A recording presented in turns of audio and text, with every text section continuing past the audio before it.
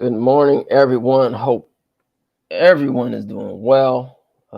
Right now, you are listening to Emin the Mass Media Group, and we have a wonderful guest today in the building. My name is Yamoya, and I am here with the one and only Miss Kim. Kim from ETM. Hello, good morning. And we also have a wonderful guest, Miss Nita. How you doing, Miss Nita? Good morning. Good morning, Umoya and Kim. Thank you for joining. Thank you for joining. So, we're going to be talking about where do we go from here. Nita is actually going to be talking about this upcoming wonderful event that's going to be happening Saturday, February 24th, 2024. But before we get into it, let's actually get to know Miss Nita Watson, shall we? I think we have a bio that we can read. Yes, Kim, somewhere, I think. Yes, let's take a look at that. Miss Nita Watson, founder and CEO, National Volunteer Council on Freedmen Affairs. Nita Watson is a dedicated advocate for restorative and reparative justice. She has a 37-year corporate administrative background, holds a bachelor's degree in business administration from the University of Phoenix, and a master's degree in public administration from the University of Southern California, USC. Nita is the founder and CEO of the National Volunteer Council on Freedmen Affairs, NVCFLA. She was recently elected as the co-treasurer at the National Assembly of Slavery Descendants, NAASD, is an active community organizer with the Coalition for a Just and Equitable California, CJEC, and proudly serves on the advisory board for the Lineage, Equity, and Advancement Project LEAP. That is a mouthful. It is. Thank you for all you do, Miss Nita. Oh, it's a pleasure. It's actually a pleasure. And I know that is because of the folks that we are surrounded by who are working very, very hard in this movement. When we say morning, noon, and night, we are pushing our movement forward. And so our event that's coming up is going to help us do just that. It's going to talk about what are the next steps in this fight here in the state of California. Our illustrious leader, Chris Lodgson, always says, we're average people fighting for justice, but we also are very close, closer than we've ever been to reparations. And so I'm just excited about what we've got going on here in the state of California. Okay. All right. Well, before we actually get into asking you, more questions about yourself, Kim, let's actually do some quick housekeeping and then go into Nita and then we're going to the event. So let's do some quick housekeeping here. Okay, as we know, it is Black History Month, and we've been putting out Black History Month icons, just short information videos, and you can catch those at our social media, uh, ETM Media on Twitter, TikTok, and Instagram. So look for those. Go to reparationsnowdoc.com. That's reparationsnowdoc.com, where you can get all access and behind the scenes footage. Also, Reparations Now, the documentary theatrical release, is available on Tubi TV. We know today's a holiday, so if you've got some extra time, swing by and give it a watch. Go to the Reparations Now merch store. That's at etmmediagroupstore.com. That's etmmediagroupstore.com. We also have some new lineage based reparations merch up there too now that you can check out. So definitely going to be adding some more merch items as we go along this year too. So go check that out. And another way to support is to use the ETM Amazon affiliate link. When you do all your Amazon shopping, just click on this link first. Should also be in the description information for this video. Click on that link, do all your shopping, and that's one way to help us continue to do this work. Also, we have a 2024 reparations manifestation planner also available at amazon.com.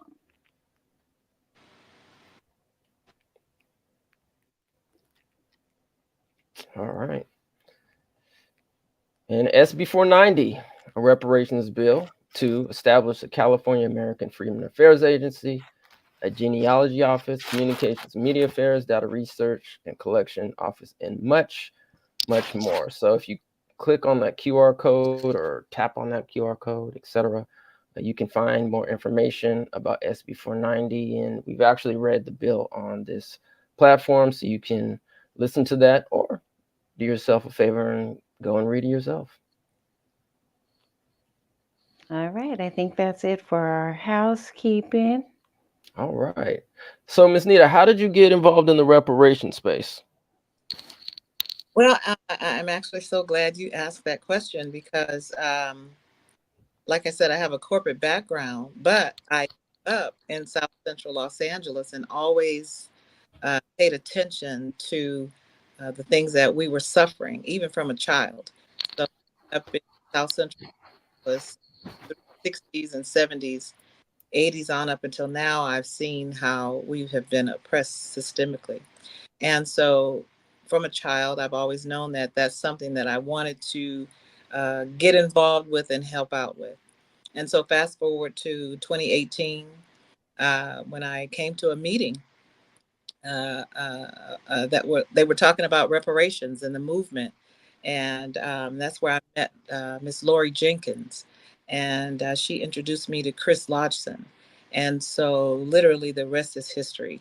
Because I think for the last 5 years we have been so dedicated and focused on this work, literal boots on the ground work, and so that's how I came into the reparations movement. Okay.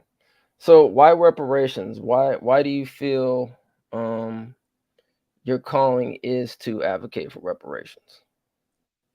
You know, I don't know why I was called to this work. I just know that as I look back over my life and put pieces of my puzzle together, it all has worked together to get me here. All of my life points me into this direction.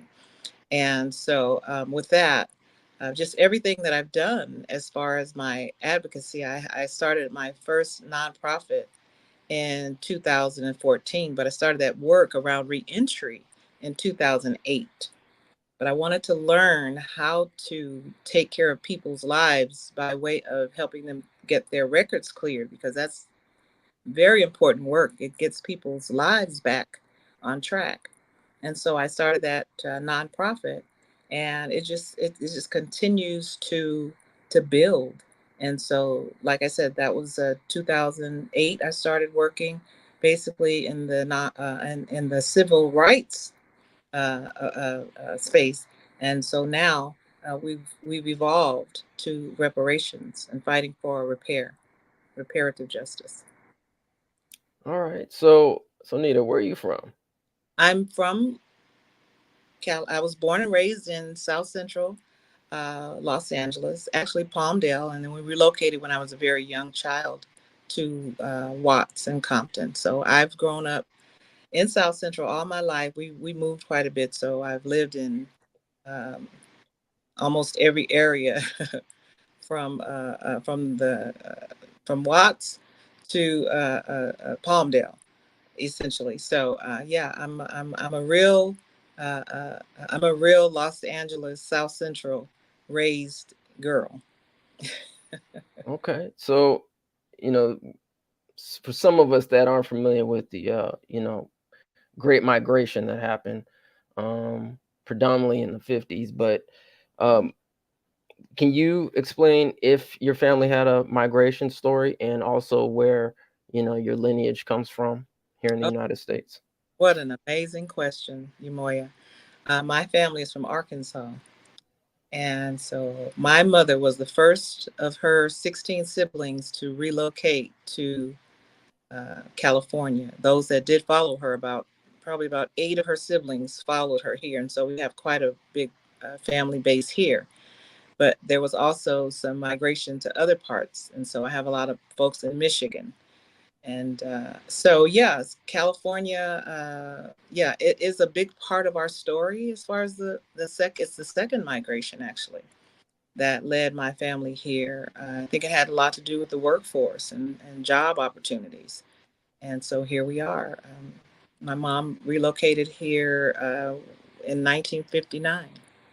So we've seen a lot in California as far as the civil rights movement and all of the things that have gone on in between that and now. Okay, so um, since basically Proposition 209 came into effect with, dealing with affirmative action, and since you've been a longtime resident here in California, from your perspective and your point of view, how has that changed or impacted specifically the Black American descendant community? Well, it basically, I'm sorry, repeat that question again. I'm sorry. Yeah, I was just saying because of, the laws of affirmative action and Yeah. with Proposition 209, how has that impacted, the Black American community, if that You mean makes sense? whole or personally?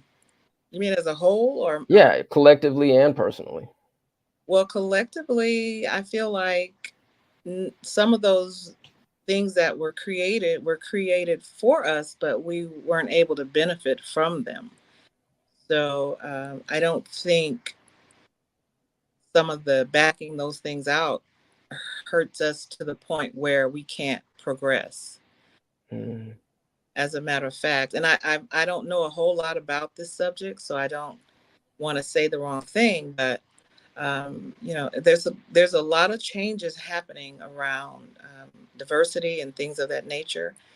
But because of the work that we're doing within this reparations movement, the legislation, particularly in California, is starting to really shine the light on what that meant for us. Did it really help us, or did it help other communities? And so personally, I feel what we are doing is what is going to make the real difference, because we've had these diversity, and then, like I said, I have a corporate background, so I've always watched corporations draw up these initiatives for diversity, but it's only the faces that we see on the websites, on their websites, but we don't see those faces in the boardrooms. So I always knew there was something missing there. Now, this is diversity, but on what level? It certainly is not on the level of ownership and C-suites and things of that nature. So, like I said, the work that we are doing is really carving out the niche for our people, for American freedmen. All right. And one or two more questions, and I don't know if Kim has any more questions before we actually get into the event. I just kind of want to keep on this affirmative action topic. So, as you were living in California and going to school and working, were you able to take advantage of the affirmative action, some of the affirmative action policies? Did anything regarding affirmative action actually affect what you were doing as a resident here in California, specifically a Black woman? Or do you feel like your trajectory, regardless if affirmative action was there or not, wouldn't have helped at all? You would have just kind of got where you would have got to without some of those policies in place? Well, quite frankly, all of my career since I was in my early 20s, I've always had a set of skills that kind of like opened doors for me where, they probably normally wouldn't have been opened. And we had what we called, entry level positions. And so personally, going into corporate America with just my basic, you know, administrative and clerical skills opened the door for me. But I never was able to really realize, uh, uh, you know, like I said, you know, the higher those diversity initiatives never carved a path for me, a career path. I'll put it like that. But it was my own drive that led me to have the career that I've had in corporate America, if that's what you're asking. Mm. So, Okay. so unspoken, absolutely, there was, you know, hindrance for me to progress. But like I said, because of my personal drive, I was able to succeed in the to the level that I had. Mm. Okay. All And right, when we're King. talking Oh, go about ahead. affirmative action out here in California, it basically only lasted one generation, anyways. I think my parents may have benefited. They both had, good government jobs with the city and with the state. But by the time I became of working age, 209 was no more. So I definitely never reaped any benefit from that. I Yeah. benefited per se. Like I said, it was my personal drive. Hmm. To get you in the door. And like you said, with the hindrance, you get in at these entry level positions, but then it's hard as far as any upward mobility. With all the diversity and with all the DEI initiatives in place. Hmm. Yeah. All right. So, Kim, you have any other questions, or should we move to I'm what's going on? excited to get to the genealogy portion, Okay. since that's going to set the framework for our reparations and determining eligibility. So, yeah. All right. Absolutely. So let me go ahead, and I'm actually going to be playing a clip from a community listening session that was held by the Coalition for a Just and Equitable California. I can't remember when it was. Was this in 2022, Kim, or I think 22, right? In Yeah, Oakland? that sounds about right. Was it 22? All right. Don't quote me, but I'm gonna go ahead and share my screen. I have a video queued up of one of the guest speakers, so we're gonna play this for about a minute, and then we will get into it. Let's go ahead, play the clip.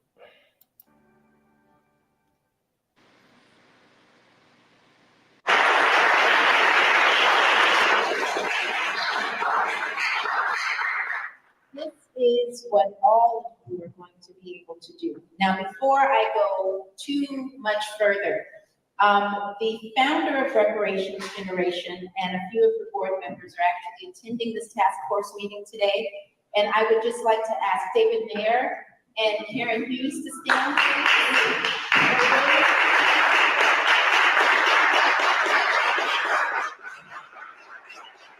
They've put together a wonderful collaborative group. Now, what I'm going to do, and I have to explain that when I was given the task of doing the genealogy presentation, they gave me 8 minutes. So we had 8 minutes to prove that this could be done. So this presentation with that 4-minute video, a part of it is that I was able to expand it a little further. So this is pretty much the presentation that I gave on March the 29th. My presentation. All right, so I just wanted to show that clip of Dr. Kelly Farish, who is going to be one of the keynote speakers. So, Anita, do you want to go into the event and give us a little information on who's going to be there and et cetera, et cetera? Absolutely. This event, the purpose of the Interfaith Leaders Reparations Summit is just to foster dialogue. We are learning as we go along in this process that so many people do not know about the California reparations movement. It doesn't, by and large, they don't know about the legislation that's happening, that's been passed and that is forthcoming. And so this event is to bridge that gap of understanding. And two, we want to explore the actionable legislative steps, and just the urgent matter of lineage-based reparations for the descendant class. This I considered a historic summit because of the forward thinking legislators in the state of California who have participated in these bills that have been passed recently, particularly AB 3121, SB 189, and some of the bills that are on the table right now. So we want to bring the spiritual leaders together and the community stakeholders. We want to bring the spiritual leaders, the community stakeholders, and our faith leaders together so we can be on one accord as we fight for repair. So Dr. Kelly Farish has so graciously accepted our invitation and will be our keynote speaker. And so I was very impressed with her presentation. Not only is she a staunch reparations advocate, but an expert in that field. And when I met her at the Beehive at an event that we attended some time ago, she did a workshop teaching the community how to search their ancestry. That is one of the next steps as we progress through this process, this legislative process. We're going to have to be able to prove that we are an actual descendant of a chattel slave or a free Black living in this country prior to the end of the 19th century. So we're going to engage in some amazing dialogue. Just incidentally, last night we had an amazing discussion with some of the faith leaders. Actually, the pastor who hosts these events, this is our second time doing this at Loveland Church. Pastor Chuck Singleton and his lovely wife and co-pastor Charlene have opened their doors, opened their hearts, and more importantly, they have opened their minds to learn about lineage-based repair. And so we want to just continue to develop strategies and just embrace this movement that we are in. It is a phenomenal time in our history. So that's what this event is about. It will be live streamed. And as far as our keynote speaker, Dr. Kelly Farish, I really appreciate her work because this is a major, major, major piece in us getting repair. And what platform will it be live streamed on? We'll be on all platforms: Facebook, Instagram, and Twitter. Under which handle? It will be probably under LEAP. Okay, LEAP is going to be controlling that. That's great. And then looking at that brief clip of Kelly Farish, it brought back the fact that she is really focused on educating the pipeline, getting the pipeline involved in that. Could you talk a little bit about any work that you're doing with the youth or the faith leaders are doing with the youth to get them involved? So, to continue to carry this torch. Oh, yes, ma'am. That is a great question as well.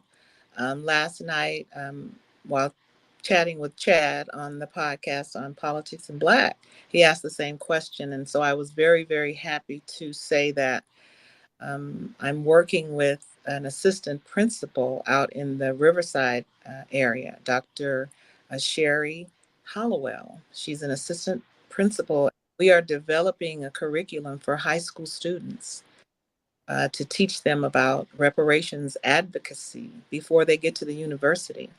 As we know, sometimes our history is not told to us the way it is, but it's the way they want to tell us. And we want them to know before they get there the real truth about themselves, about this fight, and the future of reparations. So how soon could that possibly happen? We're talking about curriculum actually in the accredited institutions.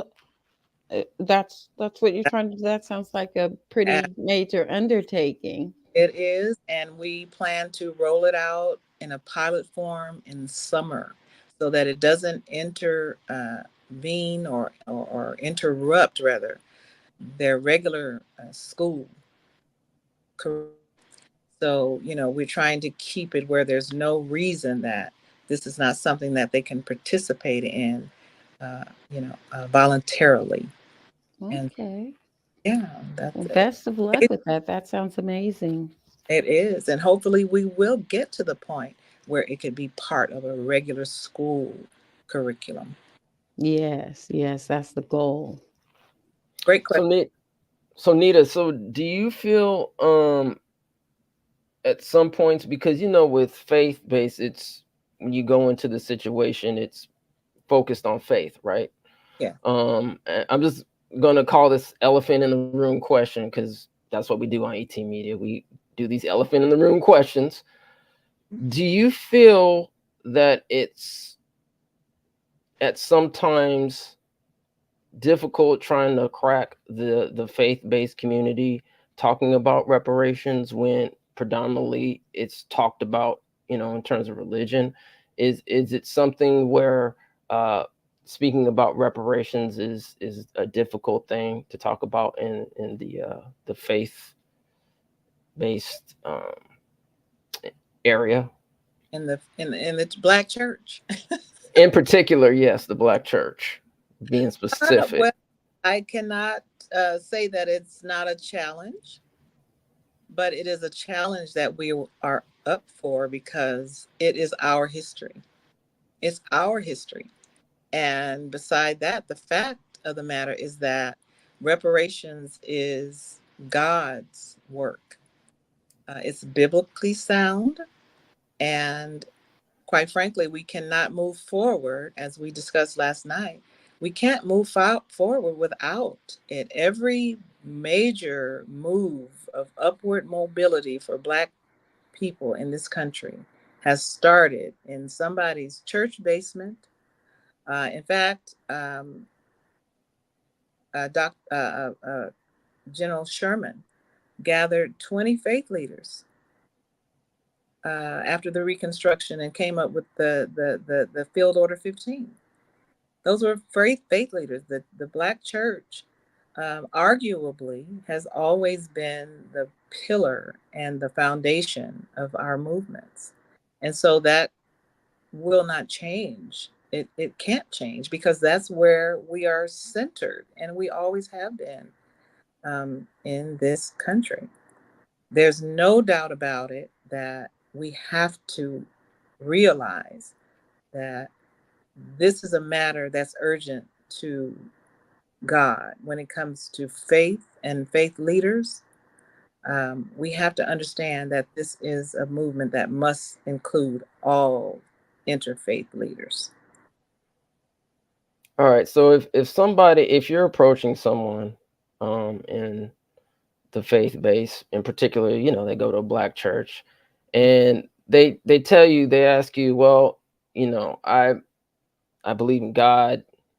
God's gonna, make it all happen. Um, I reparations really isn't. I'm not really too concerned with that because I know God's gonna just handle it. If somebody asked you or told you that, what would be your response? Well, I probably would say if Harriet Tubman had that mentality, we probably would still be on the plantations. Somebody has to get out here and face the music and do this work on the ground. Praying is wonderful. Believing is absolutely imperative, but we have to get out here and do the work. Now, our history is what needs to be taught because we are finding out that a lot of us don't know just basic history about ourselves in this country, particularly slavery and emancipation. And so we literally have our work cut out for us, even for the faith leaders. The watchmen on the wall, as I call them, need to come down off the wall and get into this movement with us. Because again, the Black church has always been the pillar of our movements. Absolutely. I mean, even when you're talking about, the AME church, which I grew up in, We talking about Richard Allen, you know, and in that great movement, you know, the abolitionist movement. Um, you know, when we go back into history, and I think I would, you know, as a reparationist, would like our faith-based community to actually go back, as you were saying, learn about the history, right? Like actually the church, in particular the Black church, has a huge history in abolition, you know, movement here, which is a righteous cause. So I just wanted to ask that question again Oh, no, that's a great to question. see, you know, your It response. our hidden history.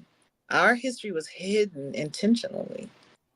And so, that's another reason for, our thought that it is imperative that we teach our kids before they get to the university, because it's hidden in plain sight when we get to the university. And so many of us have gone through universities and still came out not knowing enough about our own history. Facts. All right, so let's so you want to talk about the individuals who are going to be speaking at this Oh, yes. event and where it's going to be held and at what time. I know we have it up on the screen, but if you want to elaborate, we greatly appreciate that.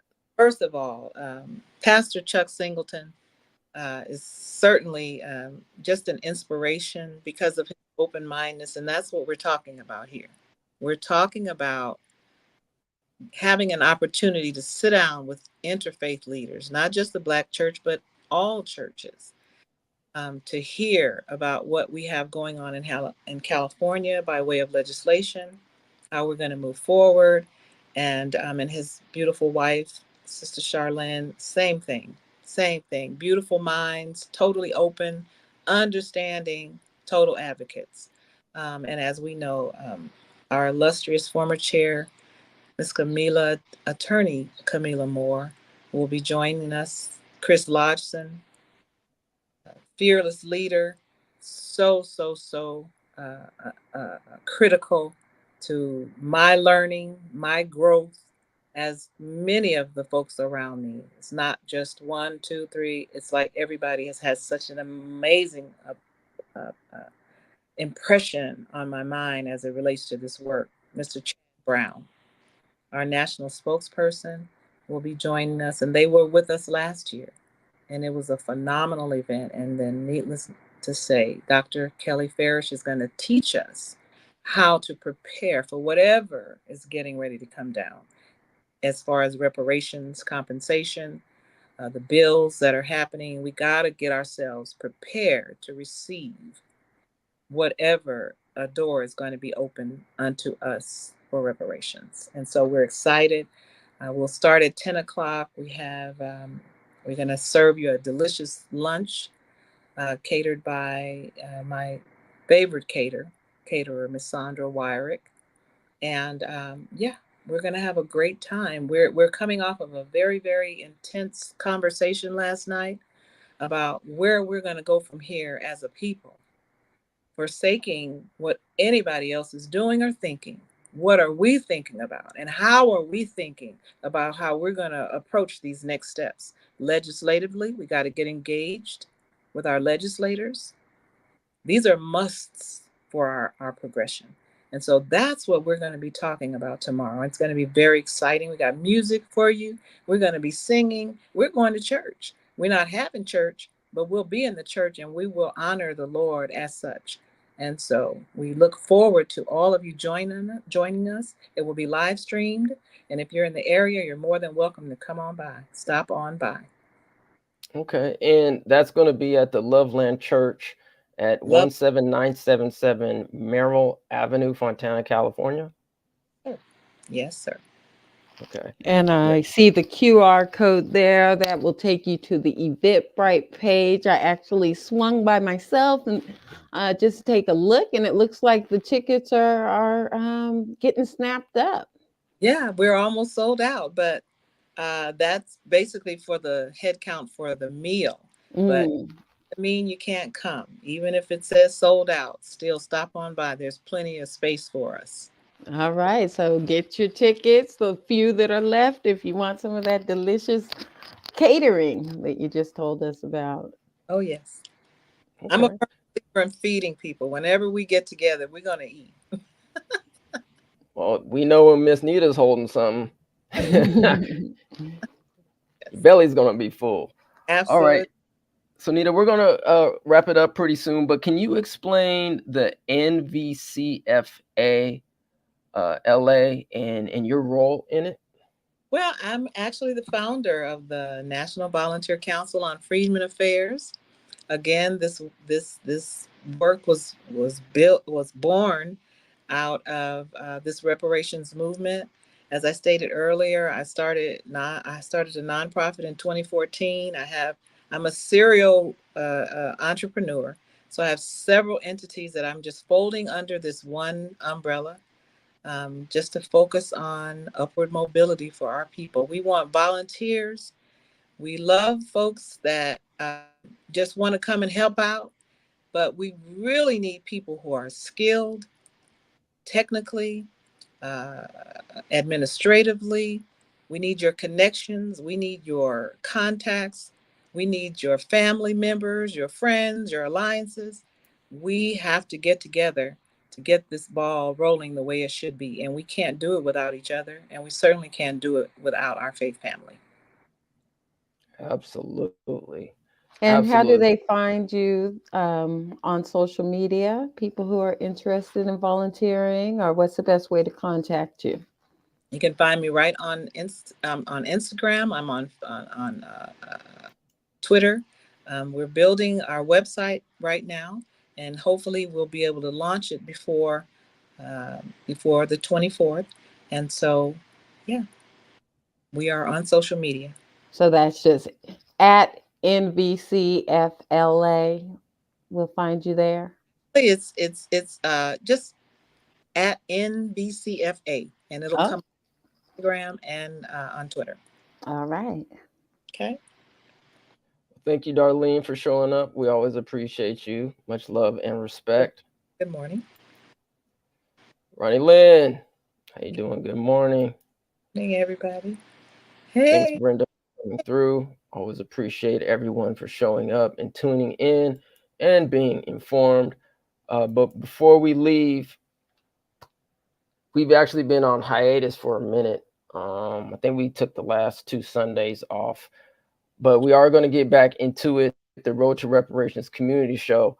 I think the next one we're probably going to be talking about some of the legislation, the priority legislation that the CLBC is putting up into their, or what they're claiming to be priority for what they're saying. So once that legislation hits the floor, we're going to be going into a deeper dive and talking about the CLBC and what their priorities will be at that particular time. So that's just a heads up. We might do it next Sunday or not, I don't know, but we definitely will. That will probably be the next topic that we do have on our show. So Nita, before we wrap up, is there anything that you would like to say before we close out here? Just come on, everybody, and let's get engaged. We need you. We need help. We need support. We need financial support. We cannot do this alone. We need you. And thank you so much for having me. As always, Nita, you've always been a supporter of our platform, and we greatly appreciate not only your support but your work that you're doing in the community. So definitely want to give you your flowers. Right now here. Kim, is there anything you'd like to say before we wrap it up here? I just want to thank Miss Nita for joining us today. And I did catch some of the show with Politics in Black yesterday. Are you going to be making any other appearances on the run up to your event that we should look for? This is the last one that I'm scheduled for. Okay. So share this out, family. Get the word out. And hope you have a wonderful event. It sounds like it's going to be amazing. So much. It will be. Thank you. All right. Well, on that wonderful note, as always, be blessed, family. Take care of yourselves. Always stay positive, focused, and motivated.